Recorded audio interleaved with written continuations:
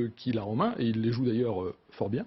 Mais j'ai presque envie de vous dire, quelles que soient les raisons de son dialogue, il arrive malgré tout à parler avec Poutine. Ça n'est pas rien aujourd'hui de réussir à dialoguer avec Poutine, d'avoir un échange, ne serait-ce qu'avec lui. C'est effectivement important. La question est de savoir si ce dialogue peut aboutir à faire en sorte que des négociations entre Ukrainiens et Russes s'amorcent, ou négociations entre ce qu'on appelle parties prenantes. Tout à l'heure, je rappelais le rôle absolument fondamental des États-Unis dans cette affaire. Les États-Unis sont une des parties prenantes majeures. C'est pas l'Ukraine et la Russie qui vont se mettre autour d'une table pour négocier. Pour négocier quoi d'ailleurs? Je ne sais pas, parce que quand on lit les 10 conditions que met M. Zelensky à des débuts de négociations, il n'y en a pas une qui est acceptable par M. Poutine, mais pas une seule. Voilà. Bon, donc la situation est quand même assez difficile. Donc effectivement, M. Erdogan joue un jeu très intelligent, ça c'est tout à fait clair, en vue de se faire réélire en 2023. C'est ça son grand dessein. Olivier Védrine, je vous vois bouillonner dans votre Il y a un grand jeu d'Erdogan, et là j'ai discuté avec mes amis d'Asie centrale. Il y a un grand jeu d'Erdogan, c'est le monde turc, l'affaiblissement de la Russie et la pénétration de l'influence turque dans l'Asie centrale et dans le Caucase. Et plus la Russie s'affaiblit, plus Erdogan peut mettre en place sa politique néo-ottomane et reprendre la main sur l'Asie centrale et une partie du Caucase, Azerbaïdjan, Asie centrale, tous les pays en ce temps. Voilà, donc ça, attention, il y a un jeu très subtil d'Erdogan dans une vision néo-ottomane. Après, par rapport aux négociations, Poutine ne veut négocier qu'avec les États-Unis, parce que dans son esprit, et puis même pour le peuple russe, avoir l'illusion de la grande puissance, c'est négocier directement avec les États-Unis. Et le rêve de Poutine, c'est d'avoir un face-à-face avec Biden pour finir la guerre en Ukraine, pas avec Zelensky. C'est avec Biden. Dans l'imaginaire russe, c'est un soviétique, c'est un homo soviéticus, Poutine. Donc c'est quelqu'un qui, dans son imaginaire, se voit encore à la tête de l'URSS négocier avec les États-Unis pour un problème de frontière qui s'appelle l'Ukraine. Voilà. Si je peux me permettre, la CIA dit bien que la Russie est insincère dans sa volonté de dialoguer et de négocier. Donc le dialogue avec les États-Unis, c'est pas encore bien fait cette histoire. Le but de Poutine, c'est de faire croire qu'ils sont redevenus l'URSS, la grande puissance. Poutine n'est pas russe, Poutine est soviétique.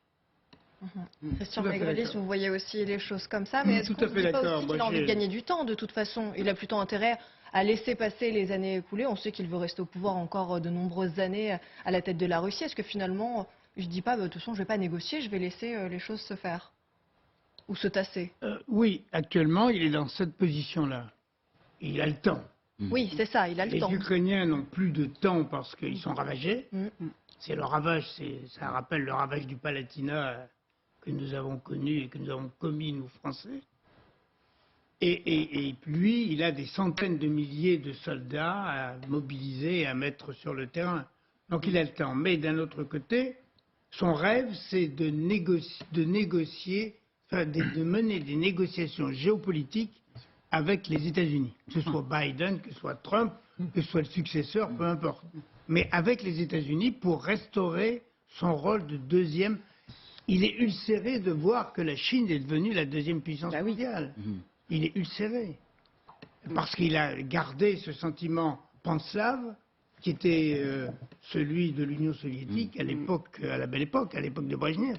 C'est un Il ne soviétique. faut pas oublier qu'à 40 ans, il était encore dans l'Union soviétique, il était fonctionnaire du KGB, qui était un organe de l'Union soviétique. Moi, quand je l'ai rencontré, il venait d'être nommé à Saint-Pétersbourg, il arrivait de l'Allemagne de l'Est, et son comportement était celui d'un apparatchik soviétique tout à fait ordinaire, tout à fait normal. Mais, Rachel Kahn. oui, enfin juste pour faire court, moi je pense qu'il faut vraiment dissocier la négociation du dialogue, parce que on n'est pas sur le même champ. Effectivement, si c'est Poutine, Zelensky, bon, et puis là, la situation au niveau international, on voit bien que la négociation n'est pas possible. En revanche, que certains chefs d'État tentent toujours de maintenir le contact, je pense que c'est absolument nécessaire. Parce que s'il se trouve dans cette bulle, déjà qu'il est pas mal dans une bulle totalement isolée, etc., là, on va complètement à la perte. Enfin, rupture de toute forme de relation. On parlait de la folie tout à l'heure. C'est pas en étant encore plus isolé que ça peut s'arranger. De toute façon, avec un forcené, il faut maintenir la négociation. Donc, le dialogue. Le dialogue. Mais il ne faut quand même pas oublier que les chefs d'état-major de la Russie et des États-Unis sont en contact permanent. Bien sûr, mais entre chefs d'État. Et pas que.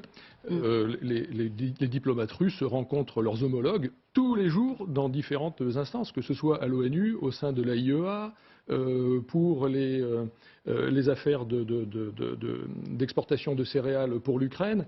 Donc tout le monde discute avec tout le monde tous les jours, même si les grands chefs ne se voient pas, ne se parlent pas. La Russie a un dialogue permanent avec le monde entier. Dans toutes les ambassades russes, vous avez des réunions de tout niveau pour parler de tous les sujets. Donc il ne faut pas dire que la Russie ne parle avec personne. Au contraire, ils parlent avec tout le monde, et tous les jours. Et à des niveaux très différents et dans différentes instances, très variées, très variées. Donc, M. Poutine, si son service de renseignement est bien fait, ce dont je ne doute pas, il reçoit tout un tas de messages par des intermédiaires ou directement par ses diplomates qui ont discuté avec d'autres. Et ça, c'est tous les jours. Alors on va continuer à décortiquer cette interview exclusive de Zelensky après la Crimée, les négociations, les frappes. Il est revenu sur les crimes de guerre qui sont commis en Ukraine et plus précisément sur la déportation des enfants ukrainiens. Aujourd'hui, ils sont des centaines de milliers à avoir disparu. Écoutez ce qu'il en dit. Là où l'armée russe reflue, les accusations de crimes de guerre se multiplient. Est-ce que vous avez des informations nouvelles sur les déportations des enfants ? Des milliers de personnes sont déportées. On a des chiffres impressionnants. On parle de 50 000 à 200 000 enfants dont on a le détail, les noms, les dates de naissance, etc. Notamment le personnel de la centrale de Zaporijia. On sait comment les choses se sont passées. Dans la ville d'Energodar, tout le personnel technique, après l'occupation de la centrale, les Russes ont envoyé les enfants de ces familles de techniciens en disant que c'était pour les mettre à l'abri. Ils les ont envoyés quelque part et après ils ont dit aux parents, si vous souhaitez récupérer vos enfants, vous devez signer un contrat avec nous, disant que vous travaillez pour la Russie et que vous êtes prêt à échanger vos passeports ukrainiens pour des passeports russes. Appelez ça comme vous voulez, déportation, prise d'otages, enlèvement. Et des exemples comme celui-là, ils sont vraiment nombreux dans les territoires occupés par les Russes.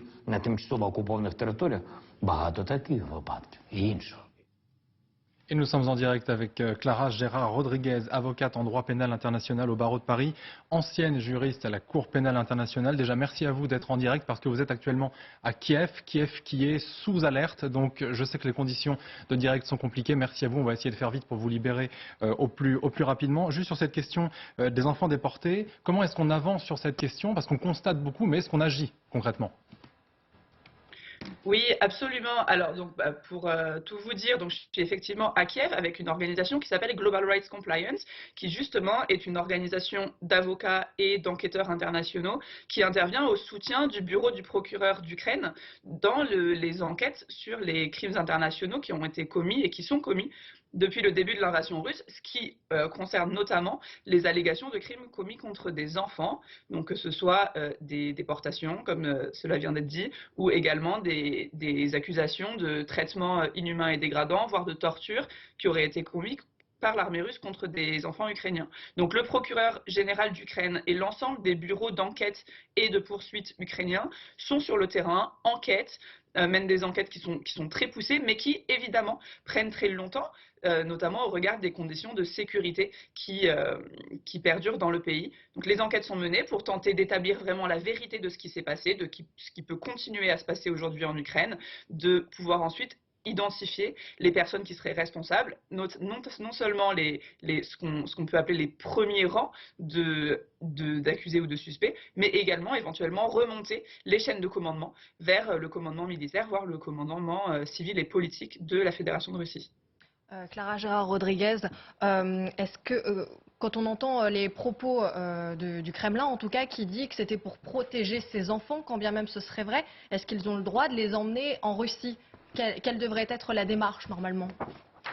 Non, absolument. Donc, il y a le droit international garantit la protection de l'intérêt supérieur de l'enfant, qui doit être pris en compte dans toute situation. Après, en temps de guerre, le droit pénal, le droit international humanitaire s'applique également et qui prévoit que les enfants doivent, dans la mesure du possible, être protégés, mais cela avec leur famille, et dans un endroit qui est sécurisé, qui les protège, non seulement s'agissant de leur bien-être et de leur intégrité physique, mais également psychologique. La déportation d'enfants, le fait de retirer des enfants d'un territoire occupé pour les amener vers un autre territoire, notamment le territoire de la puissance occupante, peut être constitutif d'un crime de guerre. Il peut également, dans certaines situations, s'il est avéré, s'il est prouvé que cette déportation d'enfants est faite dans le but de détruire le groupe, de détruire la nation ukrainienne ou la population locale, elle peut également être constitutive d'un crime de génocide. C'est aujourd'hui ce que les équipes d'enquête et le bureau du procureur général d'Ukraine tentent d'établir, de savoir dans quelles conditions est-ce que ces déportations ont eu lieu, est-ce qu'elles ont eu lieu, dans quelles conditions est-ce qu'elles ont eu lieu, et quelles sont les qualifications juridiques qui peuvent être apportées, que ce soit crime de guerre, voire éventuellement un crime de génocide. Clara Gérard-Rodriguez, est-ce qu'on sait ce que deviennent ces enfants? Est-ce qu'on arrive à les suivre aujourd'hui? Aujourd'hui, c'est assez difficile. Il y a des informations qui sont contradictoires, notamment puisqu'il est très difficile pour les services ukrainiens d'établir ce qui se passe avec certitude une fois que les personnes quittent le territoire et qu'elles arrivent en Russie ou dans les États voisins. C'est aussi pour cela que ce sont des enquêtes qui durent éminemment longtemps, qui, pour certaines, nécessiteront sûrement que le conflit cesse ou en tout cas que la situation s'améliore, se calme, afin que les enquêtes puissent être menées à terme et que la vérité puisse être établie sur ce qui s'est passé et ce qui est toujours en train de se passer aujourd'hui en Ukraine. Si vous pouvez juste rester avec nous, je voudrais juste faire réagir le plateau. Olivier Védrine, c'est d'une violence inouïe finalement d'utiliser les enfants dans cette guerre. Oui, et je suis d'accord avec l'avocate. Donc maintenant, la question du génocide se pose. L'utilisation des enfants, les déportations, c'est du stalinisme. Staline avait comme ça cassé les nations et déporté les Tatars, déporté les Tchétchènes, déporté les Bélarusses et les Ukrainiens en Sibérie pour casser toute identité nationale. Et donc là, si vous voulez, et c'est là où Poutine est vraiment un homme soviétique, c'est qu'il reprend les mêmes façons de faire que Staline. Déportation, génocide, holodomor. Donc là, on a un néo-stalinien, on a un véritable soviétique avec la même politique. Donc il faut s'attendre au pire. Et là, la question du génocide, effectivement, se pose. La question des enfants, elle est particulièrement revenue sur le devant de la scène en cette fin de semaine parce que on a retrouvé à Kherson, manifestement, Émilie, une salle qu'on appelle une salle de torture destinée aux enfants ukrainiens. Oui, c'est l'image choc de cette semaine. Pour la première fois, on parle de cellules de torture pour les enfants, donc à Kherson, cette ville qui a été libérée le 11 novembre par les Ukrainiens. Voici ce que l'on y apprend. Une cellule donc pour enfants aurait été découverte dans laquelle donc des enfants auraient été enfermés et maltraités. Ce sont des témoignages qui nous parviennent d'autres prisonniers. La cellule se trouve dans un des 4 centres de torture qui se trouvaient à Kherson. Il y en avait 10 en tout dans la région. Et donc cette cellule était différente des autres parce qu'il y avait des tapis au sol. C'est comme ça qu'on peut la reconnaître. Donc ces enfants ukrainiens se trouvaient dans ces pièces. C'est le commissaire aux droits de l'homme du Parlement ukrainien qui a donné l'information. Il l'a dit, pour la première fois, on voit des actes de torture sur des enfants. Et voici ce qu'il dit. L'un des garçons a 14 ans. Il a été emmené pour avoir pris des photos de matériel russe cassé. Après cela, il a été détenu et gardé là-bas avec recours à la torture. Et voici ce qu'il dit également. Nous avons des preuves que les enfants ne recevaient d'eau qu'un jour sur 2. Ils n'étaient pratiquement pas nourris. Ils les soumettaient à des pressions psychologiques. Ils disaient que leurs parents les avaient abandonnés et ne reviendraient pas. Maître, ces faits de torture, vous les évoquiez tout à l'heure. Vous en entendez parler de plus en plus ? Oui, absolument. Donc, Kherson a été libéré assez récemment, hein, fin octobre ou début novembre. Depuis, à nouveau, les services d'enquête sont sur place, essayent d'enquêter, de comprendre ce qui s'est passé, et de plus en plus des allégations remontent s'agissant de torture ou de traitements inhumains et dégradants auxquels des enfants, des jeunes mineurs auraient été soumis à Kherson. Donc là, à nouveau, hein, l'enquête est en cours pour établir réellement ce qui s'est passé. C'est la première étape, savoir ce qui s'est passé, qui sont les victimes, à quels actes elles ont été soumises. Ensuite, d'y apporter les qualifications juridiques appropriées. La torture est un crime de guerre. Le fait de détenir une personne dans des conditions de détention inhumaines et dégradantes est également un crime de guerre, d'autant plus lorsqu'il est commis à l'encontre de civils, notamment des personnes vulnérables comme des enfants. Une fois que ces qualifications auront été apportées, la tâche la plus difficile, hein, finalement, restera à faire, qui est d'identifier les responsabilités, que ce soit celles des personnes qui ont commis directement ces actes de torture ou de traitement inhumain et dégradant, voire les chaînes de commandement, les responsables militaires, les responsables des forces d'occupation à Kherson, voire le commandement russe. Clara Gérard-Rodriguez, on a vu jusque-là une espèce d'escalade quelque part dans l'horreur. On a vu, pendant que vous parliez également des images de ces enfants déportés, on a vu la photo de cette salle de torture pour enfants. La question, en fait, elle est presque de savoir jusqu'où on peut aller dans l'horreur. On pensait qu'on avait franchi un palier et à chaque fois, on va encore un peu plus loin. Est-ce que vous vous attendez à découvrir des choses encore plus graves, encore plus conséquentes de la part de l'armée russe ou de certaines milices ? C'est tout à fait vrai, et c'est vrai qu'on a une situation qui est aussi très particulière, puisqu'on a un conflit qui, alors pas pour la première fois, il y a eu déjà le cas en Syrie, dans une certaine manière, mais on a un conflit qui aujourd'hui se déroule vraiment sous l'œil des caméras, sous le regard des journalistes, notamment de la presse étrangère qui est présente sur place, et dès que des villes sont libérées, dès que des régions sont libérées par l'armée ukrainienne, on a immédiatement des images qui remontent, des témoignages qui remontent, et des allégations qui, effectivement, hein, sont qui sont vraiment horribles et qui sont très insoutenables. Et donc, c'est aussi le rôle des équipes, notamment donc Global Rights Compliance, l'organisation à laquelle j'appartiens, qui est composée de juristes internationaux, d'enquêteurs internationaux, pour apporter ce soutien au bureau du procureur d'Ukraine, au service d'enquête ukrainiens qui sont vraiment en première ligne pour identifier ce qui s'est passé et essayer de faire toute la lumière sur les actes qui ont été commis par l'armée russe pendant l'occupation. Merci beaucoup Clara Gérard-Rodriguez d'avoir été en direct avec nous sur LCI aujourd'hui à cette heure-ci à la mi-journée. Retournez vite vous mettre à l'abri, on sait que c'est un peu compliqué actuellement dans les alentours de Kiev. Rachel Kahn, je fais appel à la juriste que vous êtes. Quand vous entendez tout cela, j'imagine que vous n'êtes pas surprise. Malgré tout, il va quand même à un moment falloir trouver une réponse à apporter à tout cela. Peut-être cesser d'être attentiste, cesser de regarder ce qui se passe et d'essayer d'aller un petit peu plus loin. Oui, là, de toute façon, à partir du moment où ça touche les enfants dans cette proportion-là, on parlait de ligne rouge tout à l'heure, la ligne rouge est franchie. Alors c'est vrai que l'avocate parle de traitement inhumain et dégradant, et c'est pas pour rien, c'est qu'en droit international, on a ces normes hétéronormes qui sont les normes de jus cogens, qui sont finalement des normes où l'ensemble des États et des ONG peuvent intervenir lorsque on est dans de telles situations. Vous parliez tout à l'heure de cette tradition, entre guillemets, soviétique de déportation. J'irai peut-être dans une autre référence de l'horreur, mais c'est de l'esclavage, la déportation. On parlait de qualification de crimes de guerre ou de crimes de génocide. Ce qui me semble le plus probable là, en tout cas, c'est le crime contre l'humanité. À partir du moment où on touche des enfants, on leur raye leur nom, leur prénom, il y a ce processus de russification qui est en cours, où on les met dans d'autres familles, on les torture, et alors je ne veux même pas parler probablement de viol, etc. Je trouve que la mobilisation là, internationale de ces ONG, de ces enquêteurs, et je sais aussi qu'il y a des enquêtes qui sont menées par les Nations Unies, et j'espère qu'on pourra avoir des retours de ces enquêtes rapidement. En tout cas, elles sont éperdument nécessaires. Et ce témoignage aussi est absolument nécessaire de ces ONG, de cette avocate, notamment pour la bataille pour la vérité des faits. Parce que comme c'est une guerre qui va être longue, il faut consigner l'ensemble de ces faits. Marc Chassillan. Oui, je ne me place pas sur le plan du droit, je ne suis pas compétent. Simplement, je voulais rappeler quelque chose, c'est que dans les différentes formes de guerre que l'on peut rencontrer, il y en a une que l'on oublie toujours, c'est la guerre démographique. Vous avez aujourd'hui un pays, la Russie, qui doit affronter un très grave problème démographique, un grave problème de natalité. Ce problème de natalité se dédouble d'un autre problème, alors vu du Kremlin, qui est que la natalité dans les républiques musulmanes est plus forte que dans les républiques chrétiennes orthodoxes. Et on a tous eu un peu cette intuition qu'un des objectifs de guerre de l'invasion de l'Ukraine, c'était de ramener 40 millions de chrétiens dans le bon plateau de la balance. Bon.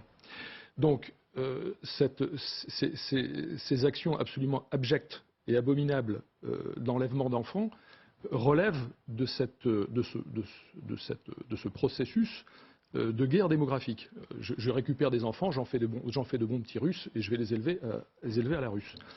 L'autre aspect qu'il ne faut pas oublier, c'est que la tradition russe, c'est aussi de récupérer des otages pour mieux négocier après. Est-ce que ces enfants sont des otages? C'est une question que je laisse. Merci à tous d'avoir été en direct avec nous sur ce plateau. J'en profite juste pour vous dire qu'à 16h sera rediffusée l'interview intégrale de Volodymyr Zelensky par Darius Rochebin.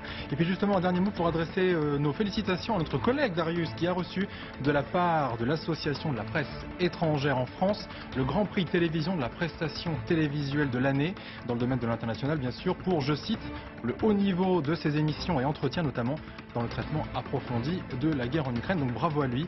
Dans un instant, vous retrouverez Florence O'Kelly. Très bonne journée sur LCI. Oui, bonne journée, à demain.